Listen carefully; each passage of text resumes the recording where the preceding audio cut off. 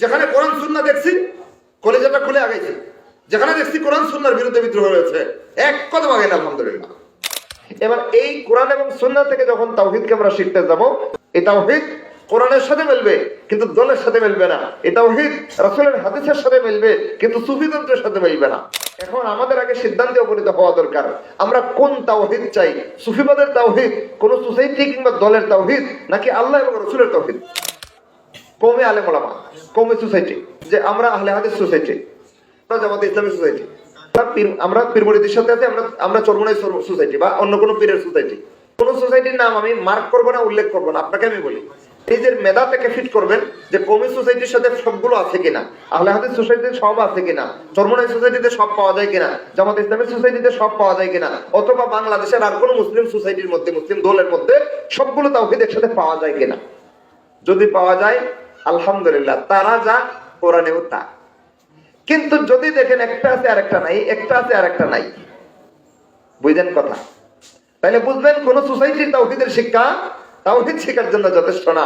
তাওহীদ পূর্ণাঙ্গভাবে শিখতে হলে সব সোসাইটির গণ্ডি পেরিয়ে কোরআনে আসতে হবে। তাওহীদ কোরআন এবং সুন্নাহর মানদণ্ডে বুঝতে হলে সব দল এবং ব্যক্তির গণ্ডি পেরিয়ে কোরআন এবং সুন্নাহে সরাসরি আসতে হবে। একখানা কিতাবের নাম বলবো না, বললে আপনারা সোসাইটি মার্ক করে ফেলবেন। একখানা কিতাব সঠিক আছে কিন্তু এটা একবারে ছোট, এটার মধ্যে আকীদার অনেক শিরোনাম নাই, প্রাচীন আমলের লেখা কিতাব, শত শত বছর আগের লেখা কিতাব। ওই কিতাবে বর্তমান সময়কার আকীদা বিশ্লেষণের যে বিষয়গুলো মুসলমানদের জানা দরকার, এর কোনো অধ্যায় নাই। তাহলে এই কিতাব পড়ে আকীদার তেমন কি শিখবো? শেখা হয় না। এর চেয়ে বেশি আকীদা শেখার জন্য যে কিতাবখানা তারা তাকমিলে হাদিস শেষ করার আগের বছর পড়ে, এটা আকীদার কোনো কিতাবই না, এটা আগাগোড়া দর্শন তত্ত্বের কিতাব। কিসের কিতাব? দর্শন তত্ত্ব, মান্তিক, ফালসাফা। এটা আকীদার বিষয় এখানে আনুষঙ্গিক, দর্শন তত্ত্বের বিশ্লেষণ এখানে মৌলিক। এটা আকীদার কিতাব হলো? বরং এই ভণ্ডামি কিতাবখানা পড়ে শিখে আল্লাহ আরশে নাই। কি শিখে? ওই তাকমিলে হাদিসের আগের বছর, অর্থাৎ যে বছর পড়ালেখা শেষ করে বের হয়ে একজন আলেম সাব্যস্ত হবে, এর আগের বছরে যে কিতাবখানা পড়া বের হয়, ওই কিতাবখানা আকীদার নামে বিশাল মোটা করে লেখা হয়েছে। যত মোটা করে লেখা হোক না কেন, এটা আকীদার কিতাব না, এটা শয়তানের কিতাব। এই কিতাবে শিক্ষা দেওয়া হয়েছে আল্লাহ আরশে নাই, আল্লাহ আরশে থাকা সম্ভব না। কেমন হলো আকীদা? প্রসঙ্গক্রমে যখন চলে আসছে, তাহলে এটাও আমাদের কাছে পরিষ্কার হওয়া দরকার। আল্লাহ আরশে থাকার জন্য জায়গা লাগে না, আল্লাহ কোনো কিছুর উপরে মুহতাজ না, মুখাপেক্ষী না। আল্লাহ এমন এক সত্তা যার কোনো কিছুর মুখাপেক্ষিতা নাই। তাহলে আরশে অবস্থান করতে হবে কেন? জি, করতে হবে না, কিন্তু আল্লাহ করেছেন।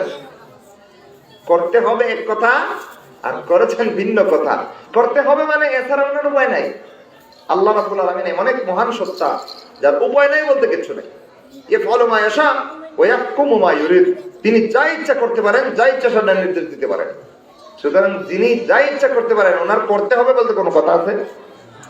কিন্তু করেছেন। করেছেন কেন? এটা আল্লাহ তাআলার শানের বহিঃপ্রকাশ। কিসের বহিঃপ্রকাশ? শানের বহিঃপ্রকাশ। হাশরের মাঠে যখন বিচার করবেন, আরশে উপবিষ্ট হয়ে আল্লাহ বিচার করবেন। জান্নাতে যখন আল্লাহ বান্দাদেরকে দেখা দিবেন, আরশে উপবিষ্ট হয়ে দেখা দিবেন। তাইলে এটা আসলে ঘটনা কি? আল্লাহ কি বসবাস করার জায়গা লাগে? কিন্তু তাইলে এটা কেন করছেন? আরশের উপরে উপবিষ্ট হয়ে বিচার করতেছেন, দেখা দিতেছেন। এটা আল্লাহর শানের বহিঃপ্রকাশ, আল্লাহর মুখাপেক্ষিতা নয়, এটা শানের বহিঃপ্রকাশ, আল্লাহর মর্যাদার বহিঃপ্রকাশ, আল্লাহর জালালত, আল্লাহর ভাব মর্যাদার বহিঃপ্রকাশ। এটা তো এটা আল্লাহ নিজের জন্য গ্রহণ করে নিয়েছেন, মুখাপেক্ষিতার জন্য না। এটা একটা সৃষ্টি জগতের কাছে প্রদর্শন, আর কিচ্ছু না। দুনা তাকিব, দুনা তাসবিহ, দুনা ইহতিয়াজ, কোন মুখাপেক্ষিতা ছাড়া, কোন সাদৃশ্য ছাড়া, এরপরে কোন ধরনের তুলনা দেওয়া ছাড়া আল্লাহ রাব্বুল আলামিন আরশে অবস্থান গ্রহণ করেছেন। যেভাবে কোরআনে বলেছেন আমরা বিশেষ করেছি। এবার ওই কিতাব ওলাইছে শিক্ষা দিতে ওই তাওহীদের তৃতীয় দল। বুঝতেছেন নি কথা? আমাদের আলোচনা তো তাওহীদ নিয়ে চলছে। বলতেছিলাম সোসাইটির কাছ থেকে তাওহীদ শিখলে সঠিক দিনটা পাবেন না। এবার আসেন যে সোসাইটির কথা এখন 3 নম্বর পর্যায়ে বলতেছি, এরা তাওহীদ শিখাবে কথা ঈমান শিখাইতে পারবে না। কারণ ঈমানের অধ্যায়ে আল্লাহ কোথায় অবস্থান করেছেন ওইখানে তারা ফিতনা লাগাই দিয়েছে। কি লাগাইছে? ফিতনা লাগাই দিয়েছে। আল্লাহ বলতেছেন ক্লিয়ার সুস্পষ্ট আয়াত, আর রহমানু আলাল আরশি ইস্তাওয়া, মহাদয়ালু আল্লাহ আরশের উপর অবস্থান নিয়েছেন। আর এরা কি করেছে?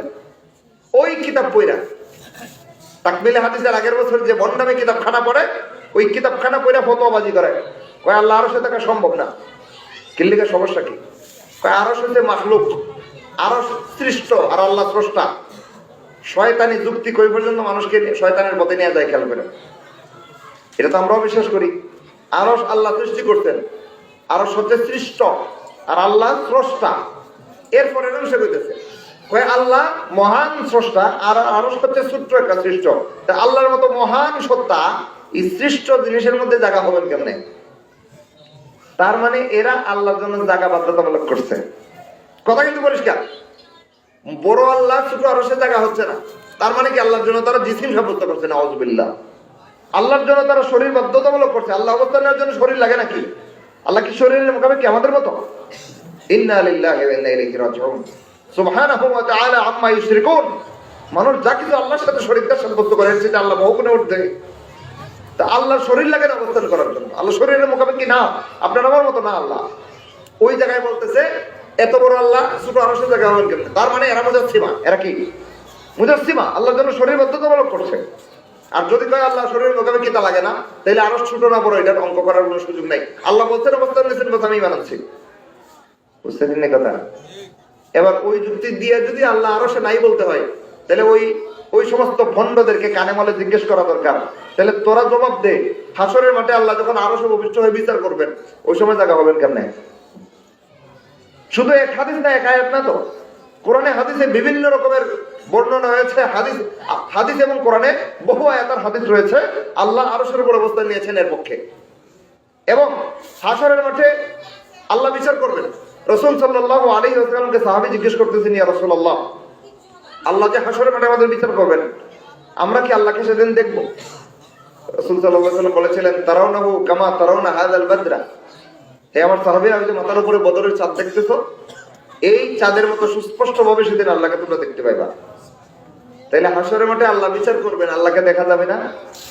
আবার কোরআনে তাকান, আল্লাহর আরশ হাসরের মাঠে বহন করে নিয়ে আসবেন 8 জন ফেরেশতা বা 8 কাতার ফেরেশতা। ইয়াউমা ইদিন থামানিয়া ইয়াহমিলু আরশ রাব্বিহি ইয়াউমা ইদিন থামানিয়া, এরকম আয়াত আছে। যারা হাফেজ তাদের কাছে জিজ্ঞেস করে জেনে নিন। এই আয়াতে আল্লাহ রাব্বুল আলামিন বলেন, আমার 8 জন ফেরেশতা বা 8 কাতার ফেরেশতা হাসরের মাঠে আমার আরশ বহন করে নিয়ে রাখবেন। কেন ভাই? আরশটা আলাদা একটা জিনিস, হাসরের মাঠে একটা প্রদর্শনী বাজার নাকি? বিচারের জায়গা, এখানে আরশ কেন পাঠাচ্ছেন? বুঝতেছেন কিছু? তার মানে আরশের অবস্থান নেওয়াটা আল্লাহর শান। আল্লাহর কি এটা? মুখাপেক্ষিতা না, এটা আল্লাহর শান। এমন অবস্থায় হাসরের মাঠে আল্লাহ আরশ পাঠাবেন, আরশে ভূমিষ্ঠ হবেন, বান্দারা দেখবে, বিচার করবেন। ওই সময় আরশে অবস্থান নেওয়া আল্লাহর জন্য সম্ভব। আর এখন বিশ্বাস করলে এটা মহাল, এটা অসম্ভব। বাণীতে ওই সোসাইটির তাকমিল হাদিসের আগের কিতাব লা হাওলা ওয়ালা কুওয়াতা ইল্লা বিল্লাহ, কোরআন হাদিসের বিরুদ্ধে এত বড় ভণ্ডামি, ঈমানের নামে শিক্ষা দেওয়া হচ্ছে পাঠ্য সিলেবাসে, এত বড় ভণ্ডামি আছে না এই দেশে? এবার এই সোসাইটির কাছে যদি যান তাওহীদ শিখতে, আল্লাহ আপনি তাওহীদ বুঝবেন দূরের কথা, ঈমান শিখতে পারবেন না। কারণ এই ঈমান সম্পর্কে জানা নাই। কেমনে জানবো? 8 বছর 12 বছর লেখাপড়া করে শুধু আমল আর মাসালা মাসাইলের উপরে। ঈমান আর তাওহীদ, আকীদা, এগুলো যে জানা আমলের আগে দরকার, এটাও তারা বুঝে না। যদি বুঝতো আকীদার বিষয়টাকে এইভাবে অবহেলায় এভাবে পিছনে ফেলে রাখতো না, কিন্তু তারা রাখে না। লা ইলাহা বুঝি না, ইল্লাল্লাহ বুঝি, জিকিরের বদলে ছবি যে ইল্লাল্লাহ ইল্লাল্লাহ মারিনি। এই মুখস্থ জিকির মারার দ্বারা আল্লাহর কাছে জান্নাতের এক বিন্দু কদম আগাবে না, আল্লাহি আগাবে না। এই মুখস্থ জিকির মারি কি মারি না আমরা? পুরা কালেমা ছিল, এটার অর্ধেক টাইম বাদ দিয়ে দিচ্ছে। আল্লাহ রাসূল বলেন, আফদালুয যিকরি লা ইলাহা ইল্লাল্লাহ, সর্বোত্তম জিকির হচ্ছে আল্লাহ ছাড়া কোনো ইলাহ নাই। পুরা কালেমা একসাথে উচ্চারণ করা, লা ইলাহা ইল্লাল্লাহ, এর চেয়ে উত্তম কোনো জিকির নেই, রাসূল হাদিসে বলতেছেন। আর ওই ভণ্ডগুলো আল্লাহর রাসূলের হাদিসের তোয়াক্কা না করে গাদাতন্ত্র, পীরতন্ত্র, সুফিতন্ত্রের প্র্যাকটিস করার জন্য আগের অংশ বাদ দিয়া কয় ইল্লাল্লাহ। আছে না নাই? আরে বেটা কইতে তুই ইল্লাল্লাহই কর, এটাও না। প্রথম গলত যেটা করছে, সুন্নাত সিস্টেম, রাসূলের শিক্ষা দেওয়া পূর্ণ জিকির থেকে মৌলিক প্রথম অংশটা বাদ দিয়ে দিয়েছে। প্রথম অংশটা কুফরবিদ তাগুতের অংশ। কুফরবিদ তাগুত না হলে ঈমান বিল্লাহ হয় না। ওই কালেমার দুই অংশের মধ্যে তাগুত বর্জনের শিক্ষাটা আগে, এক আল্লাহর প্রতি ঈমানের ঘোষণাটা পরে। লা ইলাহা, তাগুত মানি না, ইল্লাল্লাহু, একমাত্র আল্লাহ মানি। বুঝতেছেন নি কথা? ওই যে কোরআনে আল্লাহ শিক্ষা দিয়েছিলেন তাওহীদের কালেমার রকম দুইটা, ইয়াকফুর বিত-তাগুত, তাগুত অস্বীকার করে দিবে, ওয়া ইউমিন বিল্লাহ, সব ক্ষেত্রে এক আল্লাহকে মানবে। এই হুবহু দুইটা রকমকে আল্লাহ রাব্বুল আলামিন রাসূল সাল্লাল্লাহু আলাইহি ওয়াসাল্লাম হাদিসে সুস্পষ্ট ভাষায়, আল্লাহ কোরআনে সুস্পষ্ট ভাষায় ফুটিয়ে তুলছেন, লা ইলাহা কুফর বিত-তাগুত ঈমান বিল্লাহ ইল্লাল্লাহ। এই কুফর বিত-তাগুত আর ঈমান বিল্লাহ দুই রকমের সমন্বয়ে তৈরি হয়েছে আল্লাহর সাক্ষী দেওয়ার কালেমা লা ইলাহা ইল্লাল্লাহ। এবার এই কালেমার কয় অংশ? প্রথম অংশে কুফর বিত-তাগুত, দ্বিতীয় অংশে এক আল্লাহর প্রতি মানার ঘোষণা। এই দুই অংশকে অটুট রাইখা যদি জিকির করেন, রাসূল বলতেছেন আফদালুয যিকির, দুনিয়াতে আল্লাহর জিকির যদি করেন এর চেয়ে উত্তম জিকির হয় না। এই এত বড় হাদিস আর কোরআনের এত বড় শিক্ষা পিছনে ফেলে এরা পীরতন্ত্র, তরিকাতন্ত্র, খাজা তন্ত্র প্র্যাকটিস করার জন্য আগের অংশ স্বেচ্ছায় সজ্ঞানের ঠান্ডা মাথায় মাইনাস করে দিছে, দিয়া ইল্লাল্লাহু খানা রাখছে। তাগুত পতন দিলে ঈমান আসে। এজন্য তো তাগুত বর্জনের কথা আল্লাহ আগে পেশ করেছেন। আগে তাগুত থেকে পবিত্র হতে হবে। আপনি তাগুতও মানবেন, আল্লাহও মানবেন, অসম্ভব, এটা ঈমান না, এটা শিরিক। কোরআনের পৃষ্ঠায় পৃষ্ঠায়, সূরায় সূরায়, জায়গায় জায়গায়, আয়াতে আয়াতে আল্লাহ রাব্বুল আলামিন তাগুতকে বর্জন করার জন্য, লাথি মারার জন্য, প্রত্যাখ্যান করার জন্য শিক্ষা দিয়েছেন। অন্য আয়াতে বলেন ওয়াকাদ উমিরু আইয়াকফুরু বিহি, আমার বান্দাদেরকে নির্দেশ করা হয়েছিল তারা যেন তাগুতকে বর্জন করে, তাগুতকে অস্বীকার করে। কোরআনের আয়াত না? উমিরু আইয়াকফুরু বিহি, আমার বান্দাদেরকে নির্দেশ করা হয়েছিল তারা যেন তাগুতকে বর্জন করে। এবং কেউ যদি ঈমানদার হতে চায়, আল্লাহর প্রতি বিশ্বাসী হয়ে তাওহীদপন্থী হতে চায়, তার তাওহীদের প্রথম শিক্ষাটাই হচ্ছে আগে তাগুত ছেড়ে দিতে হবে, তারপরে এসে বলতে হবে আমি আল্লাহ মানি। এজন্য তাগুত বর্জনের শিক্ষাটাকে আল্লাহ আগে পেশ করেছেন। কখন পেশ করেছেন? আগে না পরে? আগে। এরা তাগুত বর্জনের অংশটা বাদ দিয়া শুধু ইল্লাল্লাহ বলেছে। ভাই তাওহীদ হইছে তো? রুকন দুইটার একটা ছেড়ে দিলে তাওহীদ হয়? এটা তাওহীদের জিকির না শয়তানি জিকির? এই শয়তানি জিকিরের প্র্যাকটিস চলে। আর মনে মনে ভাবে আমার মতো আল্লাহ কিরা আছে, আমি আল্লাহর জিকির মারি না। আমরা যে পড়ি বুঝা না মুখস্থ বলিয়া ওরাই এই যে ইল্লাল্লাহু মারতাছে, কিছু বুঝে? এরা জিজ্ঞেস করেন যে এই ভণ্ড, তুই যে আল্লাহর নামে জিকির করার প্র্যাকটিস করছিস ইল্লাল্লাহু বইলা, ইল্লাল্লাহু তো তাওহীদের কালেমার দ্বিতীয় রকম, এই প্রথমটা কোথায় রে? খুব আমার পিসাব প্রথমটা শিখাইছে না, বুঝেন নাই? এর পিসাব প্রথমটা শিখাইছে না। এবার তাগুত বর্জন বাদ দিয়া শুধু ইল্লাল্লাহু, খুব মজা। কি বলেন? খুব মজা। মজা বলতে আমি মাজারে ভরসা করবো, নিজের আল্লাহর বান্দা দাবি করবো, আমি আল্লাহকেও সাজদা দিব, বন্ড বাবার পায়েও সাজদা দিব। কি মজার ইসলাম! আমার কোনো বাধা নাই তো।